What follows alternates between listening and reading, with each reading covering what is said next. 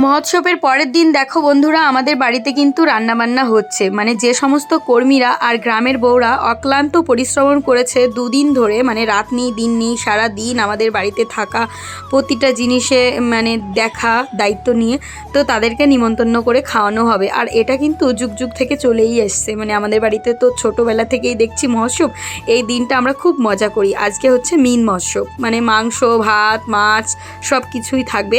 তাই জন্য কিন্তু সকালবেলা রান্নাবান্না কিন্তু শুরু হয়ে গেছে। সকালবেলা হবে সিদ্ধ ভাত আর দুপুরবেলা হবে মাংস মাছ এগুলো। তো চলো কি কি রান্নাবান্না হয় সব কিছু তোমাদের সঙ্গে শেয়ার করব। আর আমাদের বাড়িতে আমরা কত মজা করে দিনটা পালন করি আর কি করে সবাই মিলে একসঙ্গে থাকি সেটাই বলবো। সকালবেলা দেখছো কত বেগুন কুমড়ো আলু সব কিছু আর কি সিদ্ধ দেওয়া হবে। সকাল সকাল মনে হচ্ছে আজকে সিদ্ধ ভাত খাবো। কালকে রাত থেকে না আমার ভীষণই শরীর খারাপ, 4-5 বার বমি হয়েছে, একটু শরীর ভালো নেই, গলার ভিতর প্রচণ্ড ব্যথা। তো দেখো সবাই মিলে এখানে কিন্তু আমরা বসে গল্প করছি আর আমি তার ভিতর কিন্তু সুন্দর মুহূর্তটা তোমাদের সঙ্গে তুলে ধরছি। তো এখানে দেখো এটা হচ্ছে আমার বর্ণালী বোন, ওটা হচ্ছে আমার জেঠুর মেয়ে মাম্পি, ওই যে কোনায় ওটা আমার বান্ধবী। তো সবার সঙ্গে তোমাদের পরিচয় করিয়ে দিলাম। আমার ঠাম্মি দিদা তারপরে জেঠিমা যারা মানে এইখানে থাকে নাই, যে এই বাড়িটা যাদের, তারা কিন্তু এই বাড়ি ছেড়ে চলে গেছে চাকদায়। এই যে জেঠিমা যে কচু কাটছে, তো ওনাদেরই বাড়ি। এই জায়গাটা পুরো ফাঁকা, এখানে পুরো রান্নার জায়গা করা হয় প্রতিবারই। আর এখানে মহোৎসবে সবাইকে খেতে দেওয়া হয়। আজকে হবে কচু দিয়ে তরকারি রুই মাছ দিয়ে, তো রুই মাছও আনা হয়নি, এখনও হবে। তো চলো তোমাদের দেখাই, দেখো কতটা বড় প্যান্ডেল করেছে। এইখানে কিন্তু সবাই খাওয়া দাওয়া করেছিল। আগে তো প্রতিটা বাড়িতে বসে বসে খাওয়া দাওয়া হতো, কিন্তু এখন এই প্যান্ডেলটা অনেকটা বড় হয় তো, আর আমাদের বাড়ি এই বাড়ি মিলে হয়ে যায়। তো এই যে দেখো সবটা দেখায়। আর এখানে কিন্তু আইসক্রিমের দোকানও এসছে। আর এই যে মাঠ, ওই দেখো বাচ্চারা কিন্তু ওখানে খেলা করছে। তো সকালবেলা চলো খাওয়া দাওয়াটা সেরে নিই। একদমই শরীর ভালো না, গলা দিয়ে কিচ্ছু নামছে না। এখানে শিম আলু বেগুন মানে এক একটা করে একটা মাখা হচ্ছে। একটা কড়াইতে সিদ্ধ করা হয়েছে আর একটা কড়াইতে কিন্তু ভাত করা হয়েছে। তো এদিকে কিন্তু দেখো সোনামুগ ডাল চাপিয়ে দিয়েছে, কত পরিমাণে ডাল দিয়ে ডাল রান্না করবে। আর এদিকে চাটনি হচ্ছে। তো এগুলো কিন্তু আমাদের গ্রামের ছেলেরাই খুব ভালো রান্না করে, ওদেরকে আলাদা করে টাকা দিয়ে রান্না করার জন্য আনতে হয় না। আমাদের গ্রামের প্রতিটা ছেলেই কিন্তু রাঁধুনি, খুব ভালো রান্না করে। অনেক বড় বড় বিয়ে বাড়ি যায়, তারা অর্ডার নিয়ে রান্না করে, খুব ভালো রান্না করে। দেখতেই পারছো কত সুন্দর গ্রামের দৃশ্য। সবাই কিন্তু হাতে হাতে কাজ করছে, মাখামাখি করছে। আলু ছানা, তারপরে হচ্ছে বেগুন দিয়ে তেল দিয়ে লঙ্কা দিয়ে মাখা। তো সকালবেলা আজকে আর কি সিদ্ধ ভাত হবে, তো সিদ্ধ ভাতটাই খাবো আমরা।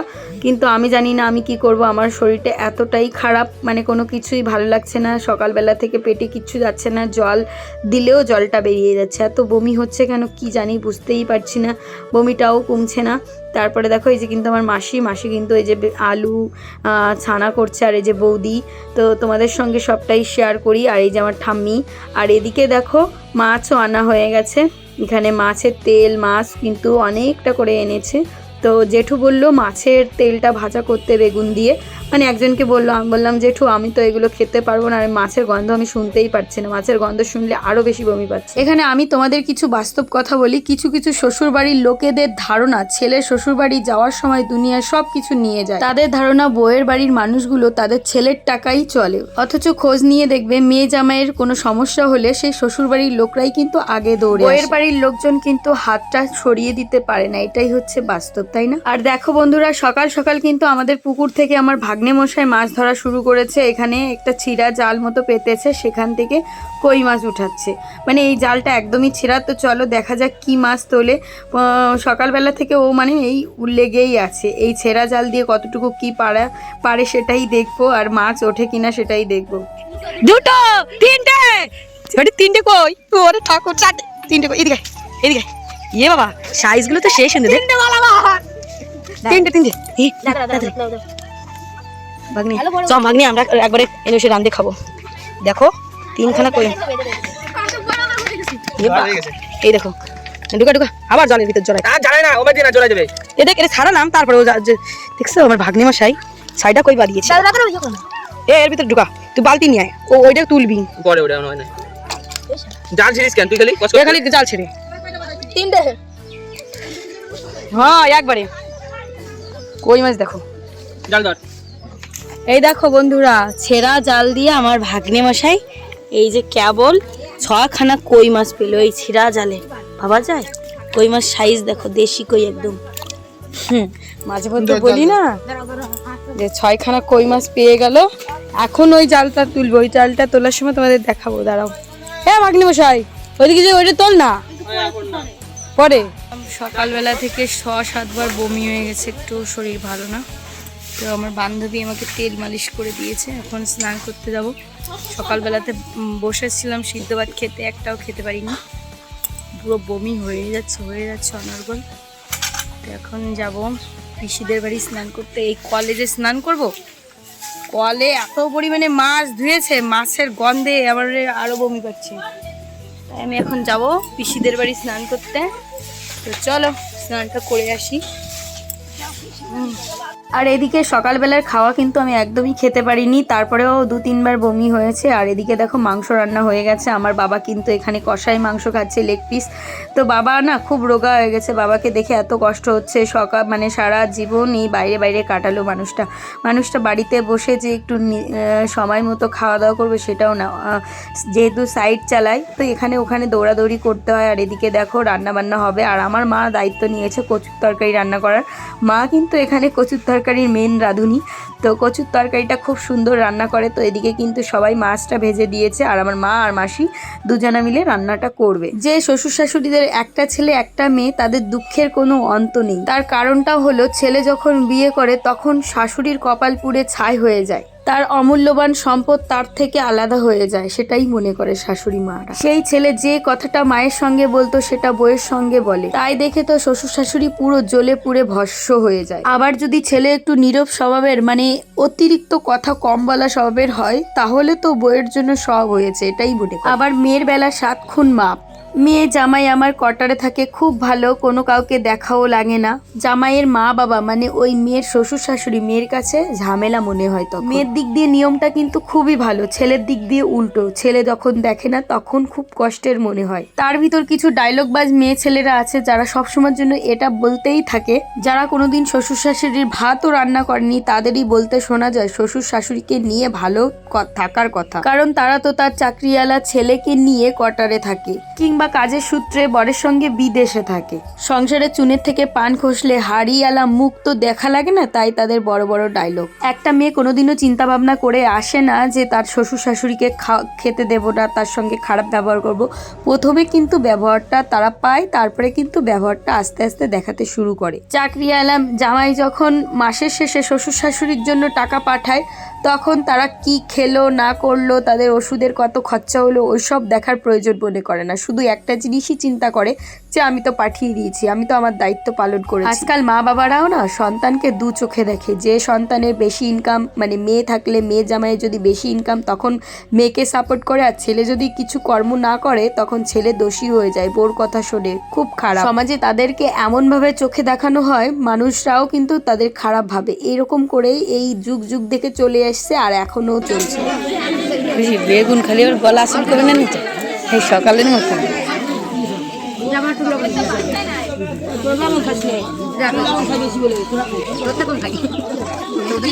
দেখো সবাই খেতে বসেছি আমরা, দেখো বন্ধুরা সব খেতে বসেছে। এই যে হচ্ছে আমার মাসি, এই যে টিকলি হাই বলে দাও মাসি, হাই বলে দাও। এই দেখো সবাই, এই যে প্রিয়াঙ্কা, কুটনার মতো তাকাচ্ছিস কে? ওই যে আমার ঝান্না মাসি, ওই যে আমার ভাডি, ওই যে দিদিমা, ওই যে হচ্ছে আমাকে বৌদি, এই যে হচ্ছে অভিজিৎ, এই যে অভিজিতের পাতে বেগুন ভাজা আর ভাত। আর আমার তো অবস্থা খারাপ, আমি খেতে পারবো কিনা জানি না। আর এটা হচ্ছে অনুষ্কা মনু শর্মা, সরি এই নে পিউ, তোর চাপটা দেখাইছি, এবার হাই বল। এই দেখো গরম গরম মাছের মাথা দিয়ে ডাল, ও খেতে পারলে হয়। আমি আর একটু দিয়ে দাও। দেখো মাথাটা আরো বেশি করে দিল আমার জেঠিমা।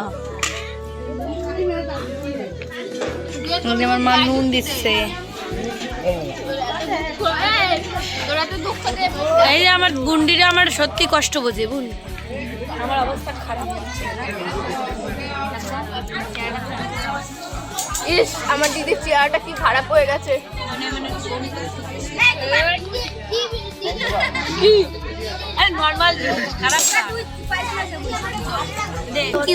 তুমিও খাও। আমরা অনেক কিছু রান্না বান্না হয়েছে, একটু একটু করে দেখাবো, আমরা আগে খেয়ে নিই। ভালো তো? ওই যে দেখো আমার বাপ, কাকা, জ্যাঠা, গ্রামবাসী সবাই কিন্তু খাচ্ছে একবারে। বসে পড়ে যাচ্ছি, 200 লোকের আয়োজন আছে সব। এই তো দুপুরবেলায় হয়ে গেছে প্রায় 200 লোকের অ্যারেঞ্জমেন্ট আছে দুপুরবেলা। ভাত, ডাল, কচুর তরকারি, তারপরে আছে হচ্ছে মাংস, মানে কক মুরগি তো, সাথে চাটনি। আরে খাইনি, মা মাংস নিয়ে যাচ্ছে।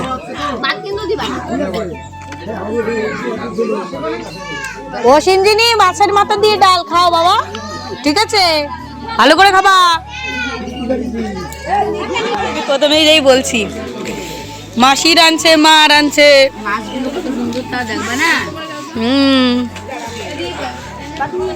ও মাসি, তুমি তো কচুর তরকারি রান্নলে, কিরকম হয়েছে বলো? আমরা তো বলছি সেই হয়েছে। অভিজিৎ কথা বলছে, দাঁড়ো। এ বর্ণালী, কচুর তরকারি কেমন হয়েছে? মাসি রান্না করেছে। কচুর তরকারি এমনি আমি পছন্দ করি না, কচু আমার তাও ভালোই লাগে। সিঞ্জিনির বাবা ধরে শোন তো, এই যে কেমন হয়েছে? হ্যালো, হ্যাঁ রান্না ভালো হয়েছে। আমি কিন্তু খেতে পাচ্ছি না, কারণ আমার গলায় সমস্যা না। বিরাট বিরাট সুন্দর হয়েছে। চলো খেয়ে নি। সবই আছে গো কাকি। এ সিঞ্জিনি, মা ভাত খাস কেন?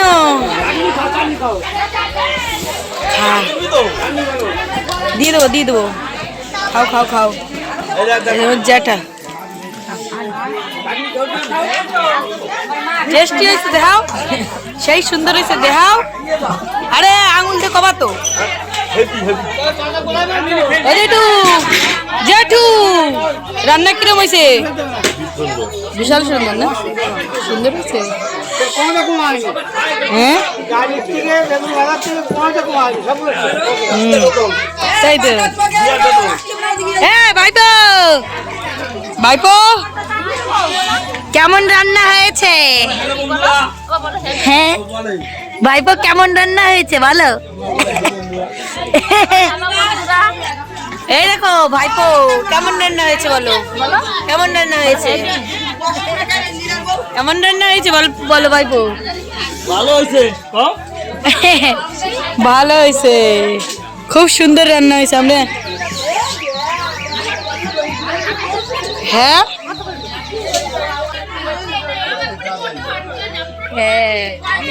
এই দিয়া কেমন রান্না হয়েছে? হেবি, তাই তাই সুন্দর হয়েছে। পেট ভরে খা, পেট ভরে খা।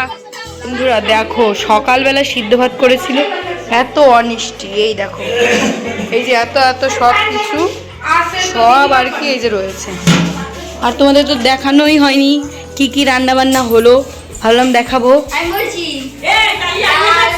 বেগুন ভাজা, কচুর তরকারি আর মাংস, চাটনি। যেই খাওয়া শেষ আমার শরীর খুব খারাপ। আমারও মাজা। তাহলে আমার কি অবস্থা? তোদের তো এই অবস্থা, আমার তাহলে কি অবস্থা? আমার তো পুরো একদম মানে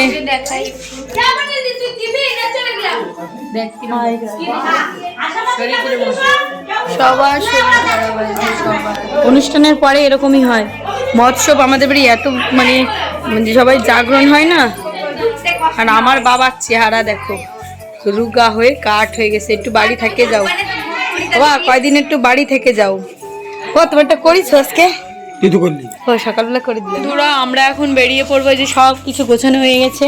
আমার মেয়েও আর মাসিরাও চলে যাবে, আর বাড়িটা পুরো ফাঁকা হয়ে যাবে। আমার বাবা সবাই থাকবে, আমরা চলে যাব। তো এই দেখো বর্ণালীরাও, শিল্পীও রেডি হয়ে গেছিস? শিল্পীও রেডি হয়ে গেছে। হ্যাঁ ব্যাগ আমাদেরও চেন আটকাতে হবে। সিঞ্জিনিও রেডি, চুলটা বেঁধে দিতে হবে। বর্ণালী মনে বেরিয়ে গেল। আরে বর্ণালীর তো দেখলাম না। তো দেখো বন্ধুরা, একটা প্যান্ডেল শেষ না হতে হতে আর একটা প্যান্ডেল, আমাদের বাড়িতে আবার বিয়েটা কার যদি যাই অবশ্যই তোমাদের সঙ্গে শেয়ার করব। তো আমি কিন্তু সব ব্যাগপত্র গুছিয়ে নিয়েছি আর সব বোনরা কিন্তু আজকেই বেরিয়ে যাব, কারণ তোমাদের দাদাভাইয়ের দোকান আছে, তো দোকান থাকলে তো আর থাকা যাবে না। তো অনেক কষ্ট করে এই যে 4 দিন রয়েছি, তার ভিতর ফোনে সব কিছুই করেছে দোকানের কাজবাজ। এখন তো বাড়ি যেতেই হবে। মেয়েকে বললাম তাড়াতাড়ি চলো বাবা, আর একটু পরে তো সন্ধ্যাও লেগে যাবে। তো ওই যে তুয়া মামাও রেডি হয়ে গেছে, বর্ণালী, শিল্পী সবাই আর কি চলে যাব আমরা। তো এই যে ব্যাগ ট্যাগ তো গুছিয়ে এখন মাকে একটু হাম্পা দিয়ে নিচ্ছি। ভিডিওটা অনেক দিন আগের ছিল, 2 দিন ব্লগ দিতে পারিনি, শরীরটা একদমই ভালো ছিল না, গলা ব্যথা। আজকে থেকেই আর কি শুরু। মাকে চুমু দিয়ে নিলাম, কারণ মার সঙ্গে তো সবসময় দেখা হয় না, সবাইকে একটু আদর করে নিচ্ছি, কবে আবার আসবো ঠিক নেই। এই যে আমার বোনকেও জড়িয়ে ধরলাম, তারপরে কিন্তু বাবাকেও ধরেছিলাম, সবাইকে আর কি আদর করেছি। এখন চলো বাড়িতে যাই। অনেক ঘোরাঘুরি হলো, অনেক আনন্দ হলো। বাবার বাড়ি না আসলে এই দিনগুলো সত্যি মেয়েদের কাছে একটা অন্যরকম লাগে। তো কিছু কিছু মা বাবারা আছে মেয়ের পক্ষ নিয়ে সব সময়ের জন্য তাদের সংসারে নাক গলায়, কিন্তু আমার বাবা মা না কোনো দিনও কোনো সংসারের ঝামেলা নিয়ে কোনো দিনও নাক গলাতে আসেনি। আমি যেমন থাকি তেমন, জামাইকেও কিছু বলা, আমাকেও কিছু বলা, শ্বশুর শাশুড়িকে না দেখা, এই নিয়ে কোনো দিনও বলতেও আসেনি। যাই হোক, তোমরা অনেক ভালো থেকো। দেখো আমরা কিন্তু এইখানে ট্রেনের গেট পড়ে গেছে, তো এই ট্রেনটা যাচ্ছিলো। তো আমাদের তো ট্রেন লাইনে বাড়ি না, তাই জন্য ট্রেন দেখলে কেমন চোখটা ধাঁধিয়ে ওঠে, অনেকটা দূরে আসতে হয়। তো এখন বাড়িতে যাব। আর তোমরা প্লিজ বন্ধুরা আমাকে একটু সাপোর্ট করো, আমাকে একটু ভালোবাসা দিও, পাশে থেকো। আর এই স্টেশনটা হচ্ছে আকাইপুর। তো এখান দিয়েই আমরা আর কি শর্টকাটের ভিতর দিয়ে যাই, বড় একটা রোড আছে সেইখান দিয়ে যাই না, গ্রামের ভিতর দিয়ে যাই। তো বাড়িতে চলেও এসেছি বন্ধুরা দেখো। তো এখন চেঞ্জ করব। আজকের ভিডিওটা এই পর্যন্ত কেমন লাগলো বলো, সবাইকে টাটা, ভালো থেকো, সুস্থ থেকো।